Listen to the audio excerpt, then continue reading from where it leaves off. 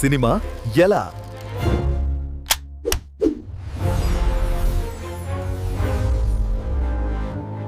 ఆయన పేరు ఘట్టమనేని కృష్ణ. కానీ సినీ ప్రేక్షకులకు మాత్రం సూపర్ స్టార్. హీరోగా, డైరెక్టర్ గా, ప్రొడ్యూసర్ గా తిరుగులేని అభిమానాన్ని సాధించుకున్నారు. 350కు పైగా చిత్రాల్లో నటించి మరే నటుడు అందుకొని అరుదైన రికార్డు సాధించారు.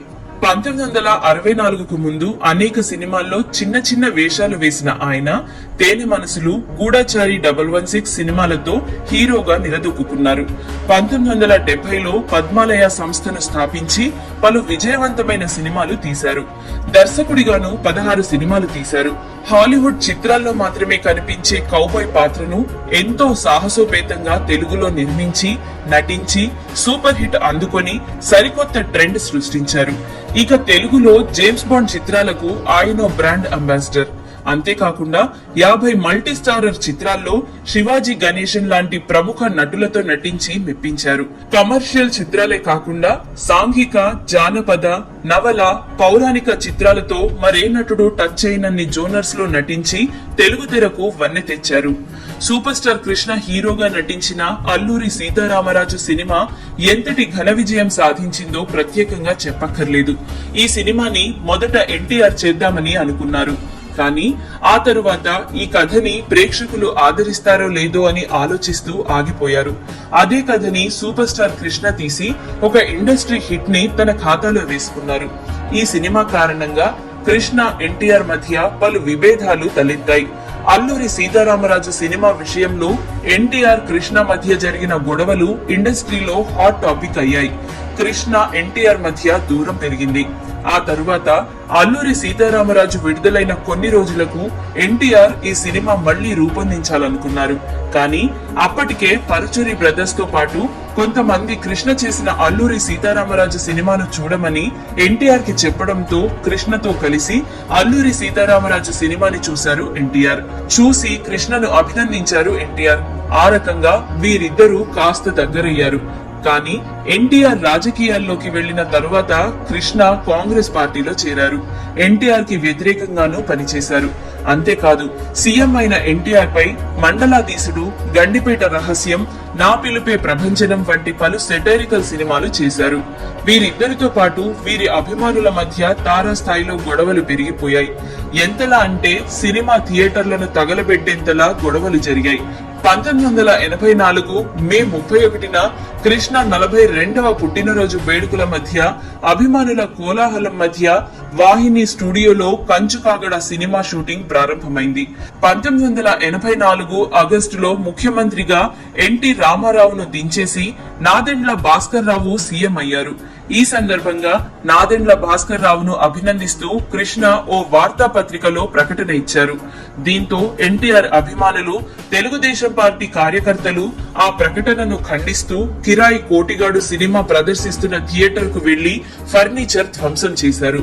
దీంతో కంచుకాగడ సినిమాను కూడా వాయిదా వేయాలని డిస్ట్రిబ్యూటర్ సలహా ఇచ్చినప్పటికీ నిర్మాత రామలింగేశ్వరరావు వెనకడుగు వేయలేదు. దీంతో 1984 సెప్టెంబర్ 28న ఈ సినిమాను రిలీజ్ చేశారు. థియేటర్లపై దాడి జరగొచ్చన్న అనుమానంతో పోలీసులు విజయవాడలోని యువరాజ్ థియేటర్ వద్ద 144 సెక్షన్ అమలు చేసి శాంతి భద్రతలను పర్యవేక్షించారు. ఇలా సూపర్ స్టార్ కృష్ణ నటించిన కంచు కాగడ విడుదల కోసం పోలీసులు ఏకంగా 144 సెక్షన్ విధించడం అప్పట్లో సంచలనంగా మారింది. Super star Krishna Telugu cinema పరిశ్రమలో ఎన్నో ప్రయోగాలకు నాంది పలికారు. కృష్ణ గారి రాజకీయ రంగ ప్రవేశం యాదృచ్ఛికంగానే జరిగింది అని చెప్పాలి. ఎందుకంటే ఆయనకి రాజకీయాల్లోకి రావాలని ఆసక్తి అస్సలు లేదు. తెలుగు సినీ పరిశ్రమలో ఎన్టీఆర్ తర్వాత అంత ఇమేజ్ ఉన్న మాస్ హీరోగా సూపర్ స్టార్ కృష్ణ గారు స్థానాన్ని సంపాదించుకున్నారు. ఎంతో మంది కృష్ణ గారిని రాజకీయాల్లోకి రావాలి అని ప్రోత్సహించారు. కానీ ఆయన ఆ రంగం వైపు పెద్దగా ఆసక్తి అయితే చూపించలేదు. కాంగ్రెస్ ప్రభుత్వం ఎన్నోసార్లు అడిగినా ఆయన సున్నితంగానే తిరస్కరించారు. కృష్ణ గారిని తమ దారిలోకి తెచ్చుకోవడం కోసం కాంగ్రెస్ ప్రభుత్వం ఆయన ఇంటిపైన 2 సార్లు ఇన్కమ్ ట్యాక్స్ దాడులు జరిపింది అని కూడా అప్పట్లో చెప్పుకునేవారు. ఆ తర్వాత కొంతకాలానికి అప్పటికి ప్రధాని శ్రీమతి ఇందిరాగాంధీ తన సొంత అంగరక్షకుల చేతిలోనే హత్యకు గురయ్యారు. ఆ విషయం తెలిసిన హీరో కృష్ణ గారు ఎంతగానో చెలించిపోయారు. ఆ తర్వాత ఇందిరాగాంధీ తనయుడు రాజీవ్ గాంధీ ప్రధాని అయ్యాక రాజీవ్ గాంధీనే స్వయంగా కృష్ణ గారిని పార్టీలోకి ఆహ్వానించారు. దాంతో ఆయన మాట కాదనలేక రాజకీయ రంగ ప్రవేశం చేశారు సూపర్ స్టార్ కృష్ణ. అదే సమయంలో అమితాబ్ బచ్చన్ గారు కూడా కాంగ్రెస్ పార్టీలో చేరడం జరిగింది. కృష్ణ గారు రాజకీయాల్లోకి రావడానికి ఇది కూడా ఒక కారణమే. 1984 డిసెంబర్ 10వ తేదీన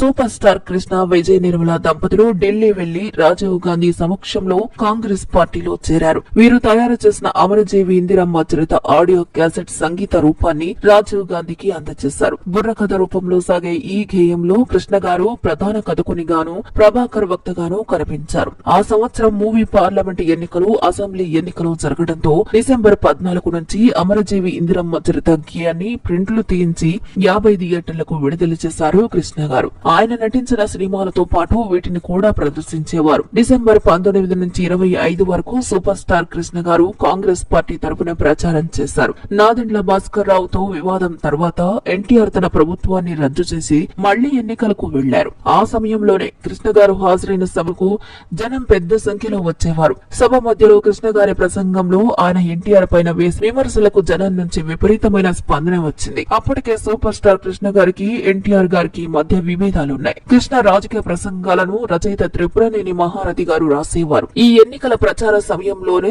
హీరో కృష్ణ గారికి ఈనాడు దినపత్రిక అధినేత రామోజీరావు గారికి మధ్య విభేదాలు మొదలయ్యాయి. ఆ రోజుల్లో రామోజీరావు తెలుగుదేశం పార్టీకి బహిరంగంగానే సపోర్ట్ చేశారు.